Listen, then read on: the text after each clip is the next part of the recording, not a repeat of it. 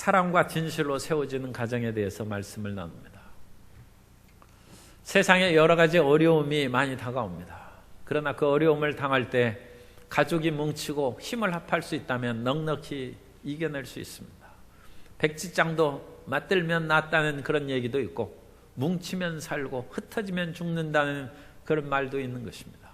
그러므로 사회의 최소 단위는 가정이 살고 번영해야 사회가 살고 번영하는 것이고, 우리가 돌아가 쉴 곳이 있는 것입니다.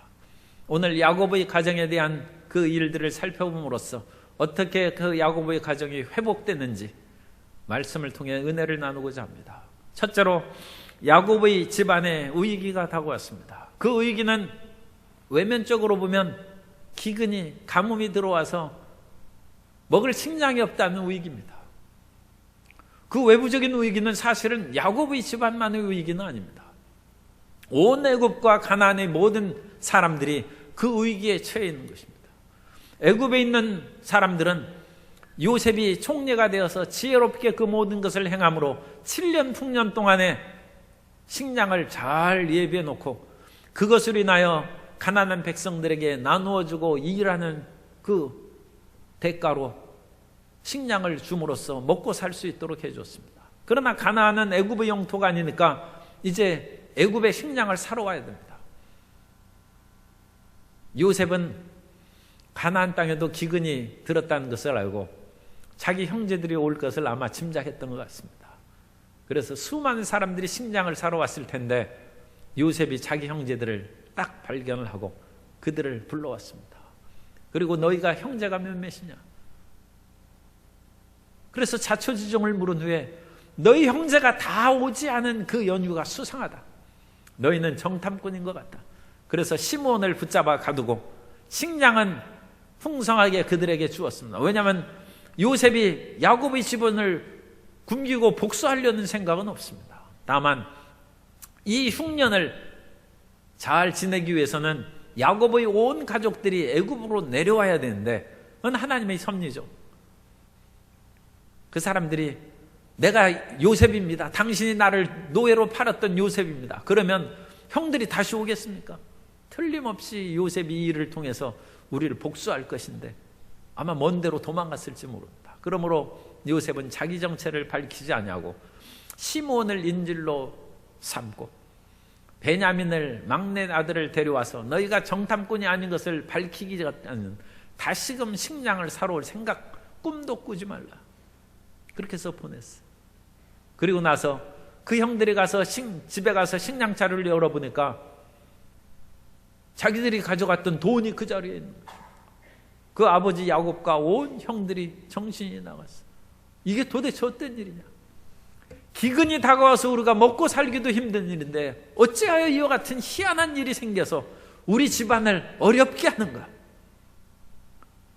성도 여러분, 그 어려움이 하나님께서 주신 7년 기근이 이제 다가오는 것이죠. 그것으로 인한 것은 모든 사람이 당하는 것입니다.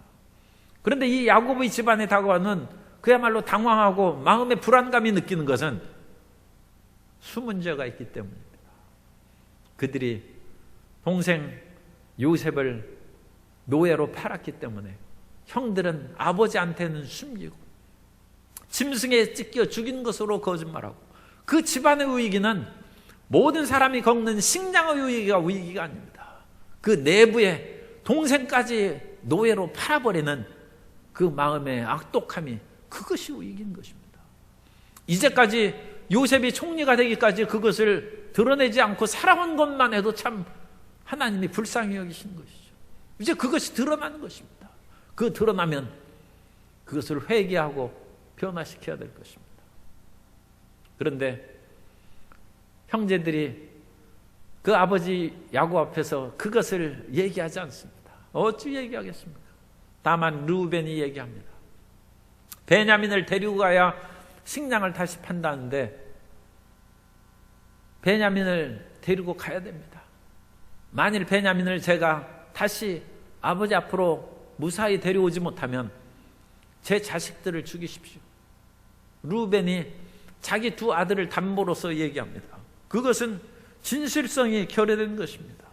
창세기 42장 37절에 루벤이 그의 아버지에게 말하여 이르되 내가 그를 아버지께로 데려오지 아니하거든 내 두 아들을 죽이소서 그를 내 손에 맡기소서 내가 그를 아버지께로 데리고 돌아오리이다.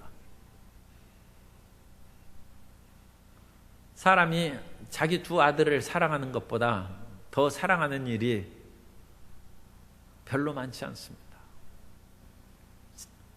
사람의 사랑은 내리사랑이라고 해서 자식 사랑인데 루벤이 두 아들을 담보로 한 그것은 대단한 것이죠. 그러나 그 아버지 야곱은 루벤의 말을 받아들이지 않습니다. 그것은 허탄한 말이기 때문입니다. 인생은 자기가 최고입니다. 자기 목숨이 최고지 자식을 키울 때나 자기 자식이 최고로 하지 사람이 크면 자기 생명이 최고입니다. 사탄이 그것을 알고 있습니다. 그래서 어느 날 사탄이 하나님 앞에 왔을 때 하나님께서 욥의 신앙을 칭찬하셨습니다. 욥처럼 순전하고 정직하여 악에서 떠난 사람이 없다. 그러자 사탄이 얘기합니다. 하나님께서 울타리로 그의 자식을 돌보시고 산업을 돌보시고 건강을 지키시고 그 삶에 복을 주셨으니까 욥이 하나님을 믿고 신뢰하는 것이지 그 울타리를 걷어서 그것을 한번 없애보십시오. 아마 틀림없이 욥이 하나님을 원망하고 아마 비난할 것입니다. 그래서 사탄이 욥을 시험하게 놔뒀죠. 그래서 사탄이 욥의 자식 10명을 그야말로 집안에 무너져서 다 죽게 했어요. 그런데도 욥이 믿음이 흔들리지 않았습니다. 그때 사탄이 하는 얘기가 사람은 가죽으로 가죽을 바꾸는 것입니다. 자기 생명이 죽지 않았으면 그건 아직도 한 걸음 여유가 있는 것입니다. 10명의 자식이 죽었다고 해서 하나님을 비방할 사람도 있지만 그렇지 않은 사람은 아직은 내가 살아있기 때문이다. 그런 안도감 때문에 하는 것입니다. 욥기 2장 3절 이하에 보면 야훼께서 사탄에게 이르시되 내가 내 종 욥을 주의하여 보았느냐 그와 같이 온전하고 정직하여 하나님을 경외하며 악에서 떠난 자가 세상에 없느니라. 내가 나를 충동하여 까닭 없이 그를 치게 하였어도 그가 여전히 자기 온전함을 굳게 지켰느니라. 사탄이 야훼께 대답하여 이르되 가죽으로 가죽을 바꾸오니 사람이 그의 모든 소유물로 자기의 생명을 바꾸올지라. 이제 주의 손을 펴서 그의 뼈와 살을 치소서. 그리하시면 틀림없이 주를 향하여 욕하지 않겠나이까. 루벤이 자기 자식을 담보로 하는 것은 그건 아직 진실하지 않은 것입니다. 자기가 사는데 자기 자식이 죽는 것은 자식 죽는다고 인생이 끝나는 것은 아닙니다. 루벤의 말을 듣고 야곱이 그 진실성이 없기 때문에 내 아들 베냐민은 절대로 못 데려간다. 그렇게 얘기합니다. 그 루벤의 말에 대해서 야곱이 대답하는 말을 공동번역을 통해서, 공동번역이 좀 정난하게 번역이 돼서 공동번역으로 읽어드리겠습니다. 그 다음 창세기 42장 38절입니다. 그러나 그는 야곱입니다. 그는 막무가내였다. 이 애만은 데리고 가지 못한다. 그 형은 죽었고 이 애 하나만 남았는데 가는 길에서 무슨 변이라도 당하면 어떻게 할 셈이냐. 너희들은 이 늙은 것이 백발이 성성해가지고 슬퍼하며 지하로 내려가는 꼴을 보고 싶으냐. 야곱이 루벤 정도의 그 말로는 절대로 이 애는 베냐민은 못 데려간다. 왜 베냐민이 못 데려갑니까? 베냐민은 라헬의 아들입니다. 야곱이 첫사랑 라헬에게 반해서 14년간 머슴살이를 했어요. 그리고 낳은 아들이 요셉입니다. 그리고 다음에 낳은 아들이 베냐민입니다. 그런데 그 라헬이 고향으로 내려오는 길에 죽고 요셉은 끌려가서 그야말로 행방불명됐는데 죽은 것으로 그렇게 알고 이제 마지막 남은 사랑의 증표가 베냐민인데 베냐민은 자기 사랑의 애착입니다. 자기가 한평생 살아오면서 그 사랑했던 마지막 증거물인 베냐민을 위험한 지경에 보낼 수 없는 것이죠. 그 마음에 온 가족이 지금 식량이 없는 위기에 처해 있으면서도 베냐민은 못 보낸다는 것입니다. 그런 아버지 야곱 앞에서 유다가 얘기합니다. 아버지, 그 애굽 총리가 너희 막내 동생을 데려오지 않으면 결코 나를 볼 수 없다고 얘기했는데 이미 우리 집 사정은 애굽 총리가 다 알고 있습니다. 그런데 베냐민 데리고 가지 않고 우리끼리 갔다가는 오히려 시몬도 죽고 우리도 다 정남꾼으로 붙잡혀서 죽을지 모릅니다. 우리가 식량을 사러 가야 되는데 식량이 없으니까 굶어 죽을 수는 없죠. 베냐민을 데리고 가야 됩니다. 그러나 베냐민을 데리고 갈 때 제 생명을 담보로 하겠습니다. 베냐민을 아버지께로 데려오지 못하면 제가 죽겠습니다. 인생의 가장 진실한 밑바닥은 자기 자신을 버리는 것입니다. 자기의 고집을 버리는 것이고 자기 주장을 버리는 것이고 온 가족을 살리는 것은 내 방식대로 끝까지 밀고 나가는 것을 버리는 것입니다. 내가 차라리 죽고 가정을 살리는 그 진실함이 있으면 사람들을 감동해서 상황이 변하는 것이고 그것이 하나님을 감동시키는 것입니다. 이화여대 석좌교수인 이현영 박사님이 예수님을 믿은 것이 세간에서 많이 회자되고 많은 사람들이 무신론자인 철학자가 예수님을 믿었다고 기뻐했습니다. 그런데 그분이 자식들을 잘 뒀는데 그 자녀가 미국에서 그 딸이 판사를 했어요. 그러니까 영어를 얼마나 잘하고 실력이 있는지 알 수가 없어요. 그런데 그 딸이 어느 날 갑자기 앞이 안 보인다고 해서 그야말로 허겁지겁 그 딸이 집에 갔더니 그 딸이 설거지를 잘 못해요. 잘 안 보여요. 병원에 가보니까 망막이 손상됐다고 했습니다. 그래서 앞으로 눈이 멀 거라고 했습니다.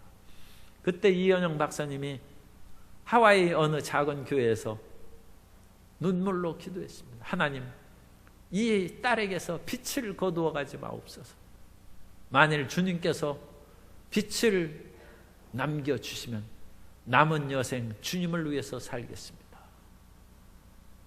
진실한 기도했다고 합니다.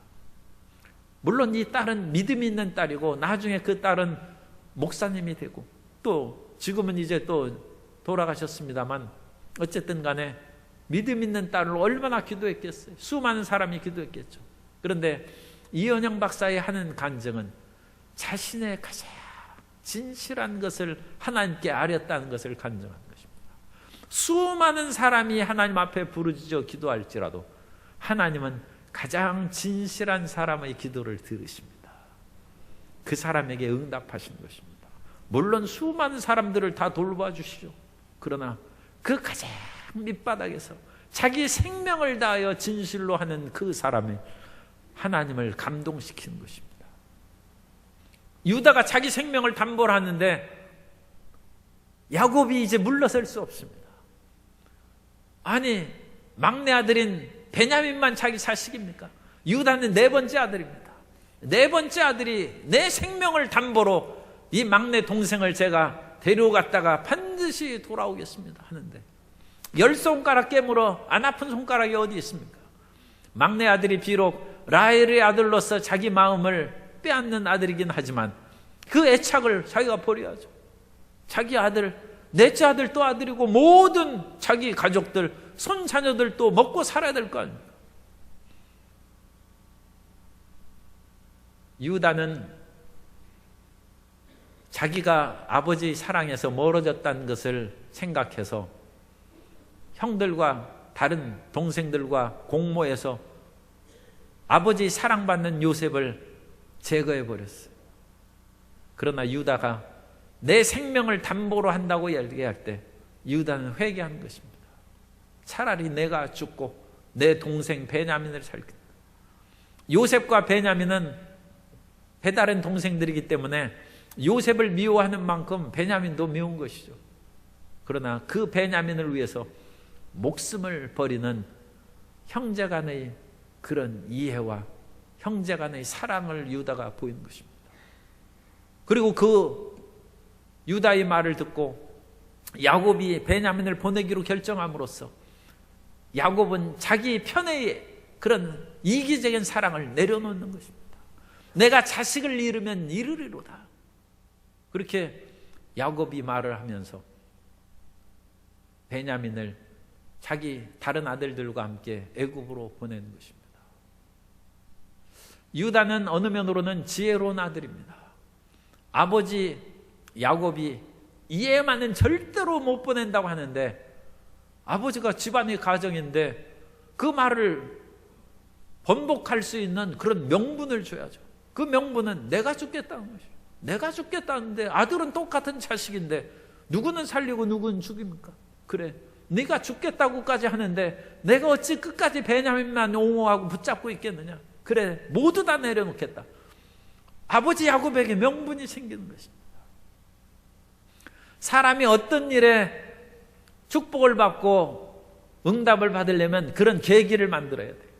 옛날에 시골에 그런 집에 가면 흙벽돌로 흙으로 이렇게 해가지고 그것을 말려가지고 집을 짓고 벽돌을 했어요. 오늘날에는 그야말로 그런 집은 보기 어렵습니다만 그것이 또 오늘날에는 또 건강에 좋다고 그런 식으로 집을 짓는 분들도 있어요.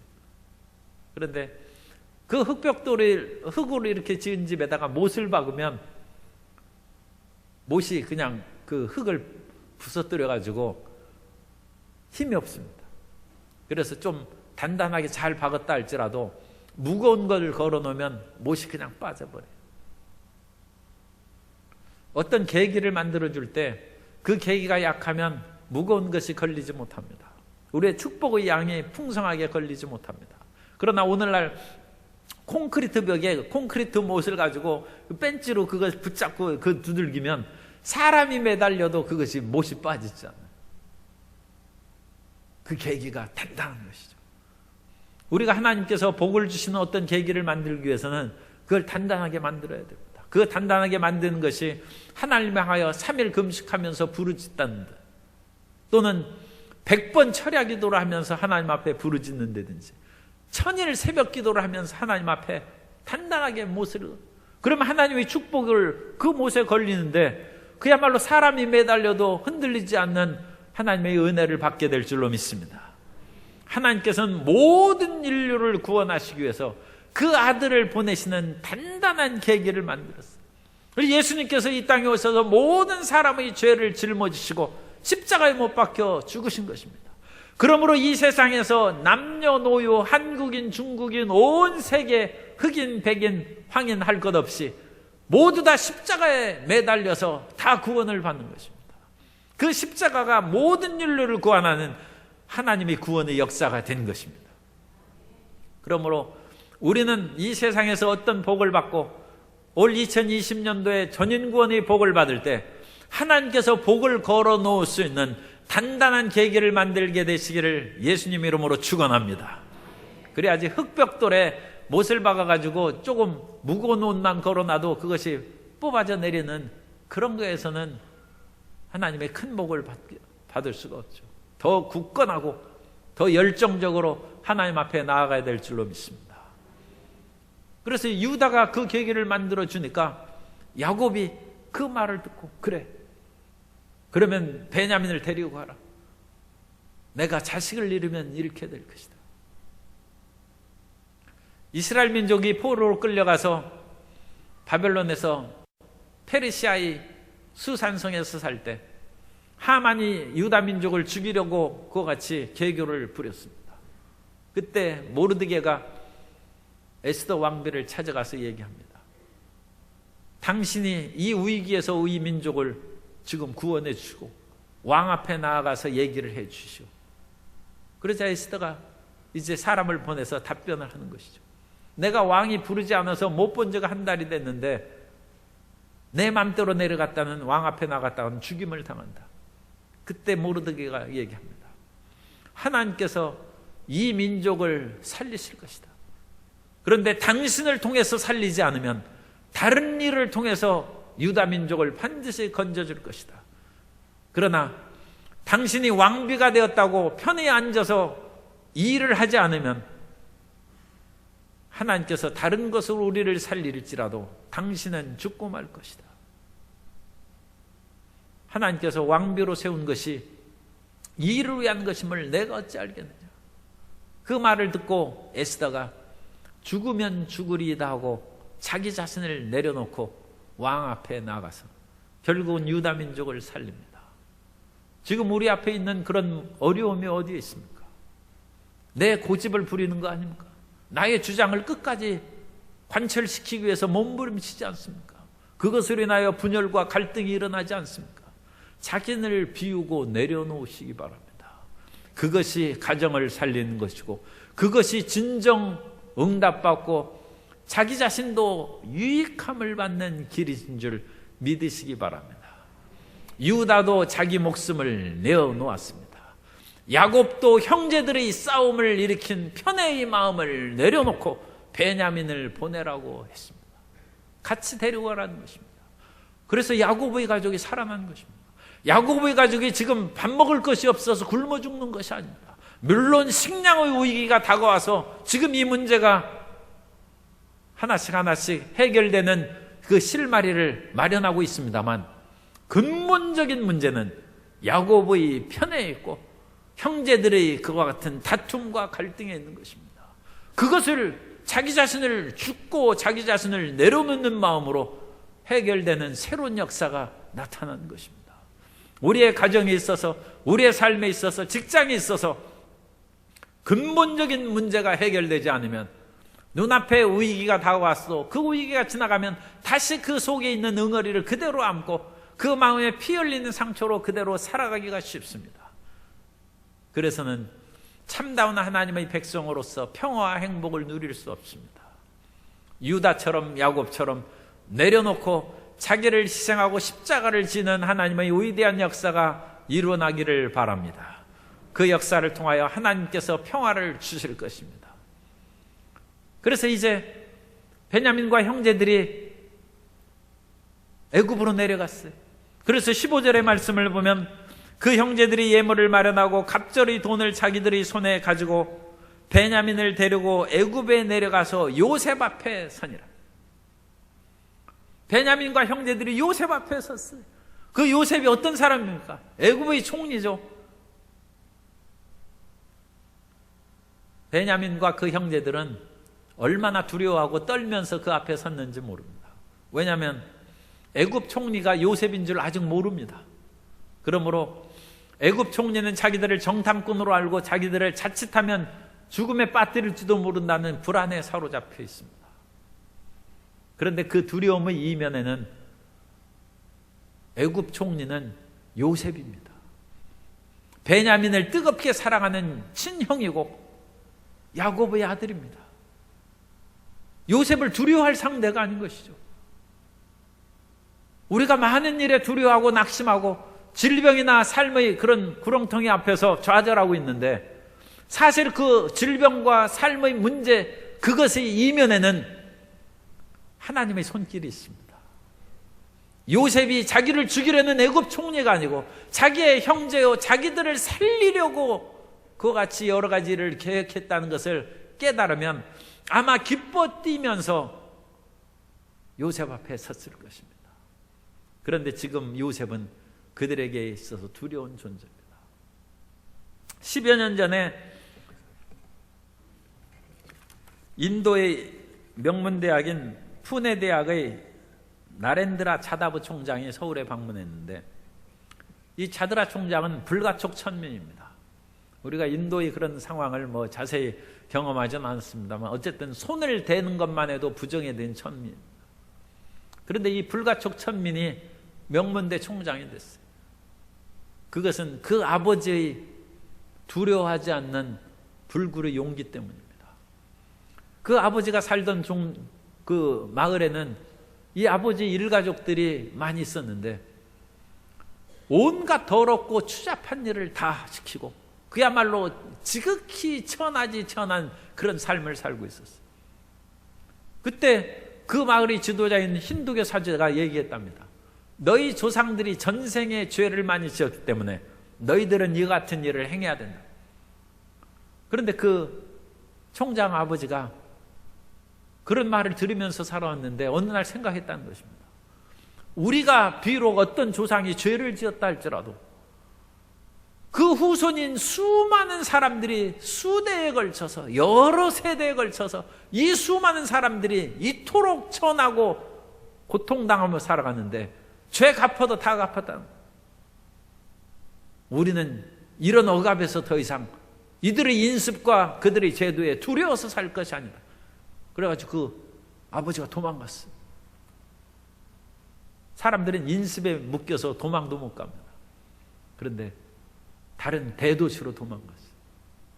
그 대도시에는 아무래도 수많은 사람들이 많으니까 그 마을의 인습과는 다르죠. 그래서 도망와서 훨씬 자유롭게 사는데 먹을 것이 없는 거예요. 그것이 문제죠. 그래서 닥치는 대로 일을 했어요.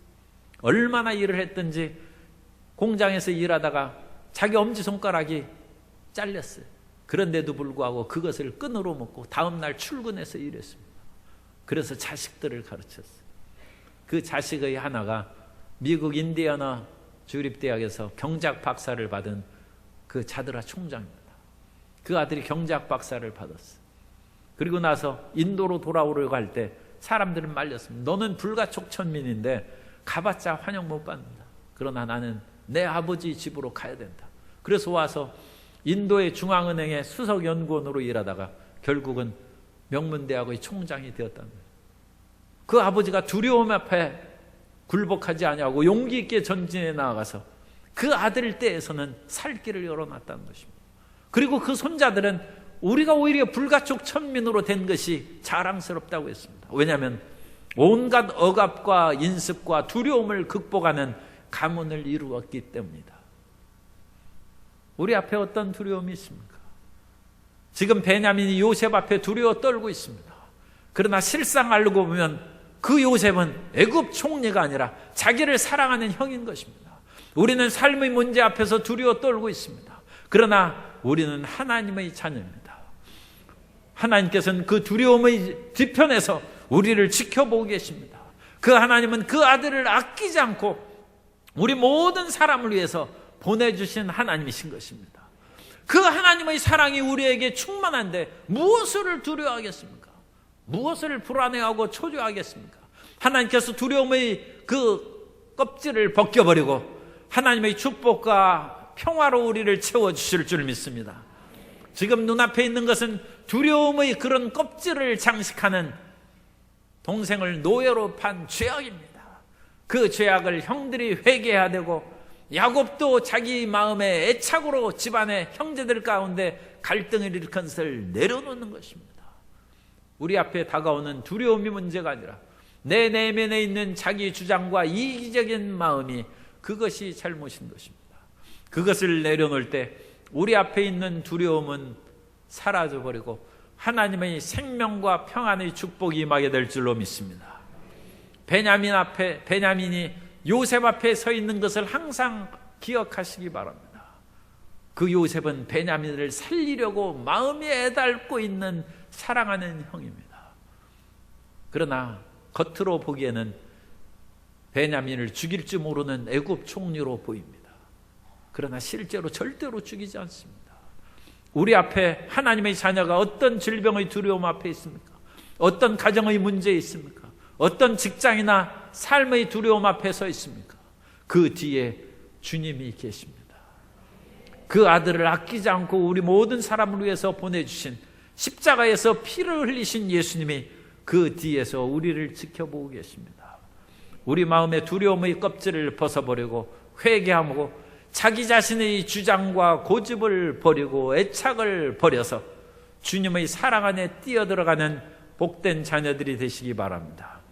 그 삶으로 들어갈 때 우리의 앞길에 2020년도엔 찬란한 길이 열릴 것이고 전인구원의 축복이 모든 삶 가운데 모든 심령 가운데 넘치게 임하실 것입니다. 그런 은혜로 사랑과 진실로 가정을 세우는 모든 성도님 되시기를 예수님 이름으로 축원합니다.